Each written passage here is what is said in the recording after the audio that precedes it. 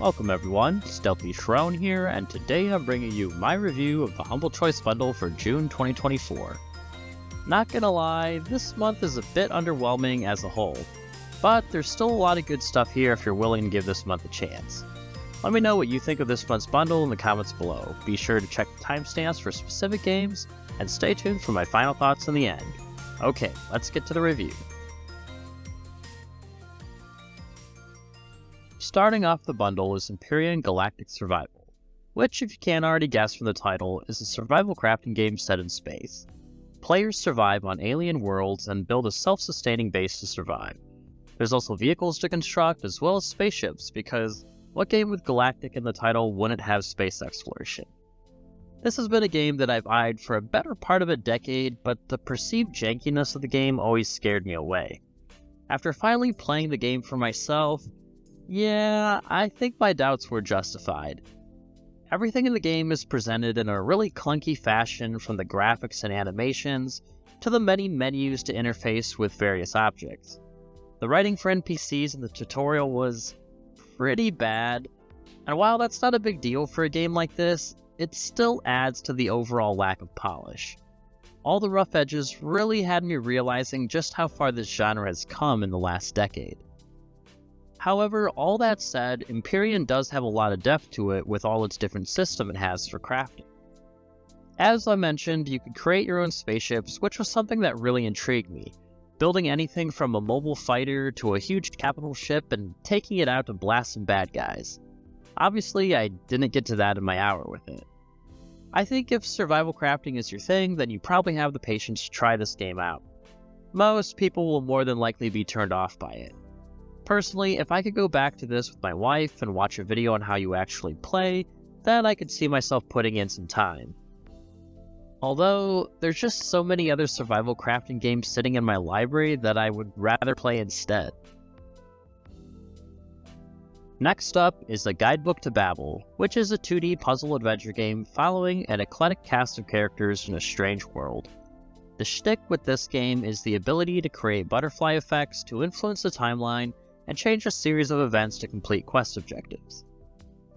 Actually, it reminded me a lot of Beacon Pines, which we received a few months prior. However, a Guidebook to Babel takes this further by actually having to figure out the puzzles through the gathering of information from characters and learning about the world. It's only then that the puzzles can be completed. One thing that is supposed to help players make these logical leaps is through the use of their note system. You can connect various strands of thought to create a string of events to follow up in the next stage. The world itself is odd and unique, which makes it interesting, but also a bit hard to follow at times. What I did gather is that Babel is some sort of ship that takes dead people to an afterlife. All the people were waiting to get on the ship, which is run by a whole crew of non-humans, I guess. It's definitely different with its design, and I didn't always get it.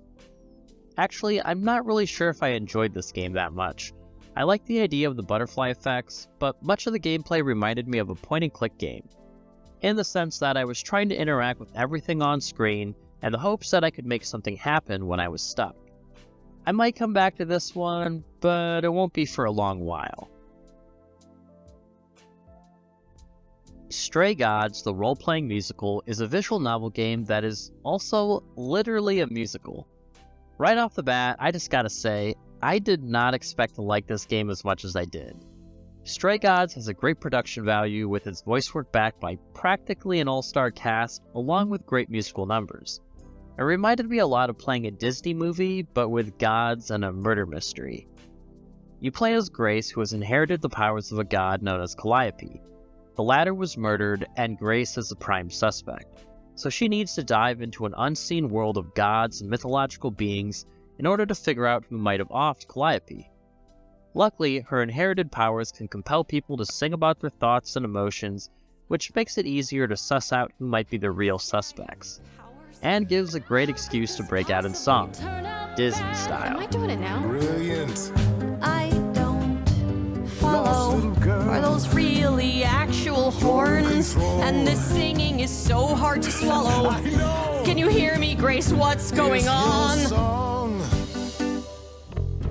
So sorry you you had to be here for this. I'm in the dark too as you're hearing this. Like I know that I'm in full control, cause the words and the tunes I feel here in my soul. If this is a power, I'm not overthinking it. If this was a drink, I'd be drinking it. But someone is dead and I'm losing my head. Like the goat said, this is my time, time to shine. This is my time, time to shine. If I had anything to complain about, it would be that I wish the animations had slightly more frames so it wouldn't feel so jerky. But obviously their budget went to other things. I really appreciate these devs doing something different, and even if it doesn't hit all the marks, it's still very commendable and a great effort for what they did make with their final product. Can't wait to finish this story at some point soon. Miasma Chronicles comes from a vetted tactics developer, Bearded Ladies, who were also the makers of Mutant Year Zero. I think this is apparent in Miasma, with the gameplay presenting a rather solid showing. Although, it's also nothing we haven't seen before. I thought the combat was a good start, but maybe a bit lacking on the option side. Although I was only in the first hour. Much of what I did was just find cover and shoot. I did find consumables, but I didn't actually use them, or even need them. I imagine this will all change as characters level up and gain new skills though. The story seemed interesting, but also fairly standard to me. A post-apocalyptic world where everything is dangerous because of a dark miasma. Monsters are pouring out of this black cloud, and now the humdrum, overworked little village is on the verge of annihilation. You play as Elvis and his brother Dig, who is actually a reprogrammed mining robot. They get caught up in all this, but also Elvis has a mysterious glove his mother left before leaving, which can supposedly cut through the miasma. So I guess there's that too. I think the writing worked overall, and I like the exchanges with some of the characters. But at the same time, it's nothing special. I'd be interested in playing this one again though. Following that up is another tactics game being Warhammer 40k Battlesector. Obviously, in a world as rich as Warhammer 40k, it's expected that if you don't already know 40k, then there's going to be a lot of name dropping that is going to be completely lost on you, like it was for me. Alternatively, if you are a fan, then my guess is this will be a great addition to your collection. Even for one as ignorant as myself, there's always something fun about coming back to this world every time I get a game in Humble. One of these days I should actually give one of them more time. As far as Battlesector goes, it's a fun tactics game. To put it simply, if you're familiar with XCOM or anything similar, then you'll like this. Units can attack and go into Overwatch to catch baddies as they run up to you. On top of that, facing plays an important role so you don't get flanked from the side or behind. Obviously, different units all have their own abilities, with my favorites being the Aggressor's Grenade Launcher and the Jetpack on the Assault Squad. And while I may not be familiar with the different factions or creatures of 40k, I still appreciated the ability to zoom down to the unit's level and see the detail in the models. With different factions in the base game, along with additional content and DLC, I could see this as being a really solid game for 40k fans and tactical strategy enthusiasts alike. Shifting gears, we have LEGO 2K Drive, an arcade racer that is also a LEGO game.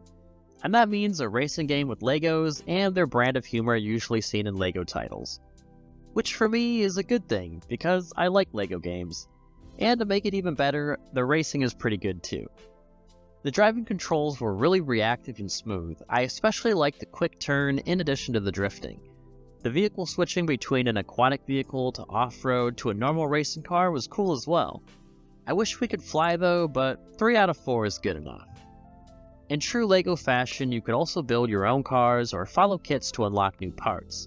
I'm sure people far more creative than me can come up with some great vehicles. Although they'd have to be far more patient too, since I thought the editor was a bit finicky to use, at least on a control.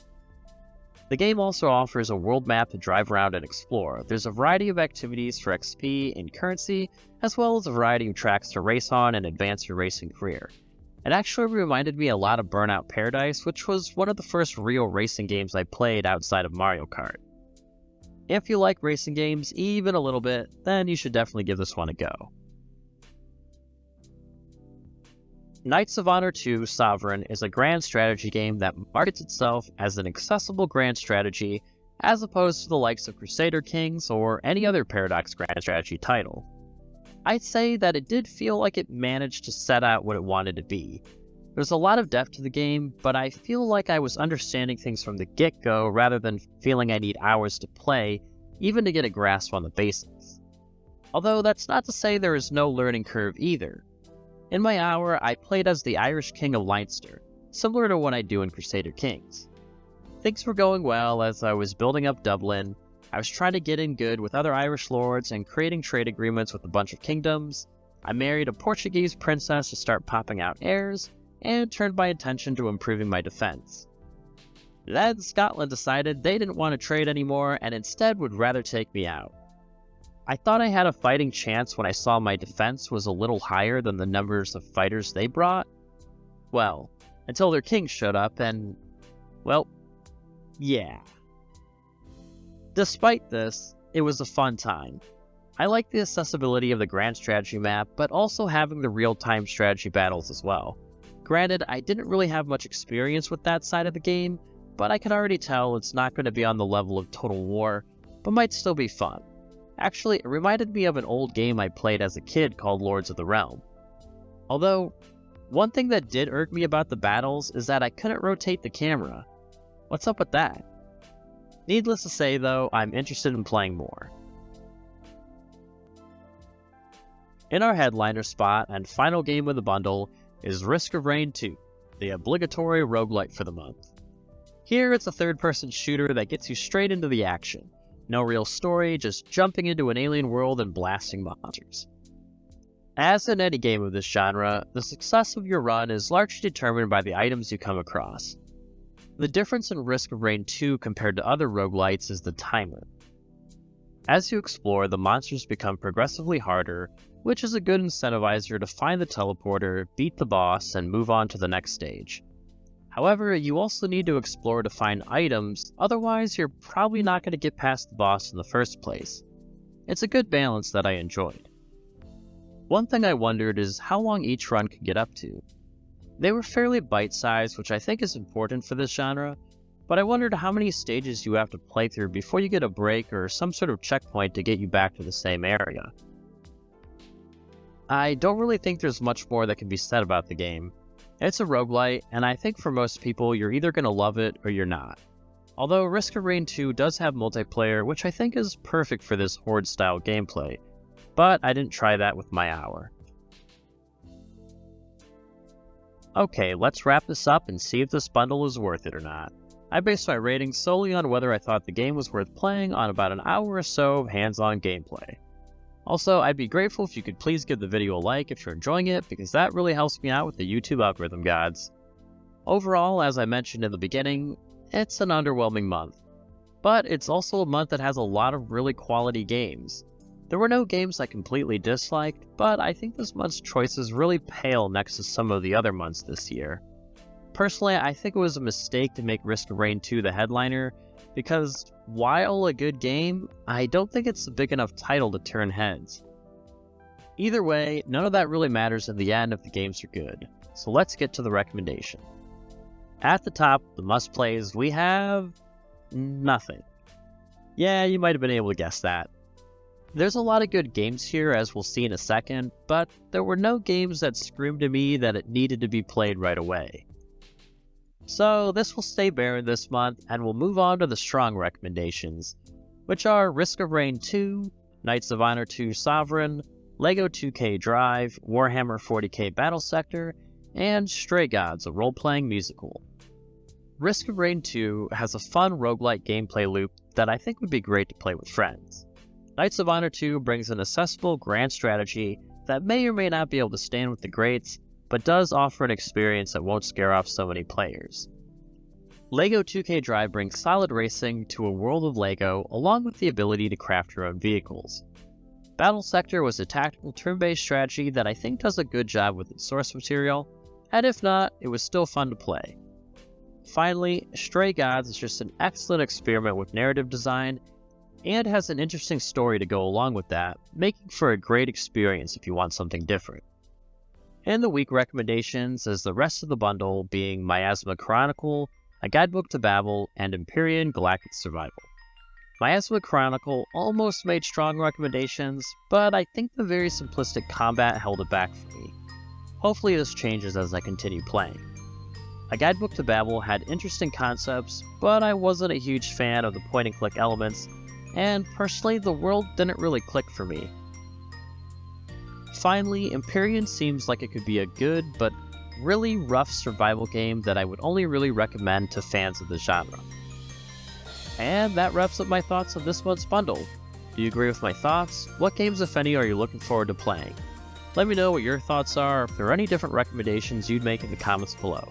I hope this video helped you in some small way, and if it did, then please consider leaving a like, comment, subscribe, or whatever it is you feel like doing. Thanks for watching, and have a nice day.